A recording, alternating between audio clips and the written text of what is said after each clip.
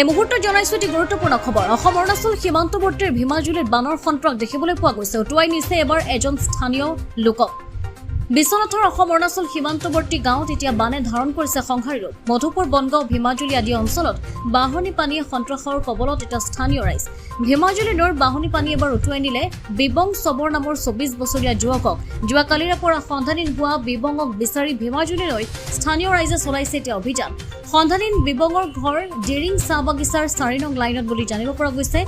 আৰু যদিও ইতিমধ্যে সম্প্ৰচাৰ হোৱাৰ বাতৰিৰ পাছতে উপস্থিত হৈছেহি SDRF বাহিনী। সম্প্ৰতি সন্ধানহীন লোকজনক বিচাৰি অভিযান অব্যাহত ৰাখিছে SDRF বাহিনী আৰু আৰক্ষী বাহিনীৰ লগতে স্থানীয় ৰাইজ উপস্থিত আছে বৰ্তমান অঞ্চলটোত।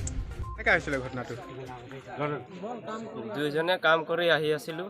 ক'ৰ পৰা কাম কৰিব আহি? এই নৱকান্ত খুৰাৰ খেতিত কাম কৰিলোঁ, খেতি কোদাল কৰি কিনে দুজনে আহিছিলোঁ।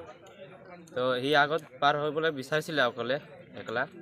তো মই ক'লোঁ যে দুজনে পাৰ হ'ম, চাইকেল মই কান্ধত ল'ম। তো তাক মই কান্ধত ধৰিছোঁ আৰু চাইকেল মই ধৰিছোঁ। পানীটো আহি দুজনকে বহাই লৈ গ'ল। তাৰ পৰা মই যেনে তেনে ওলাই গ'লোঁ। ওলাই কিনে পিছফালে চালোঁ, সেইফালে দৌৰিলোঁ। নাপোৱাৰ কাৰণে মই খুৰাৰ তাত গৈ ফোন কৰিলোঁ গাঁৱত যে এনেকুৱা ঘটনা হৈ গ'ল বুলি। তাৰপিছত বিচাৰ খোচাৰ কৰা হ'ল সন্ধিয়া সময়ত আহিছিলে ল'ৰাকেইটা, DVD ল'ৰাকেইটা আহিছিলে, সিহঁতে বিচাৰিলে। বিশ্বনাথৰ পৰা ৰমেশ চন্দ্ৰ সেনৰ ৰিপৰ্ট, অমৃত নিউজ 24/7। অমৃত প্ৰবাহ অসমীয়া সাপ্তাহিক কাকতৰ ডিজিটেল সংস্কৰণ অমৃত নিউজ, সত্যৰ সন্ধানত অমৃত নিউজ।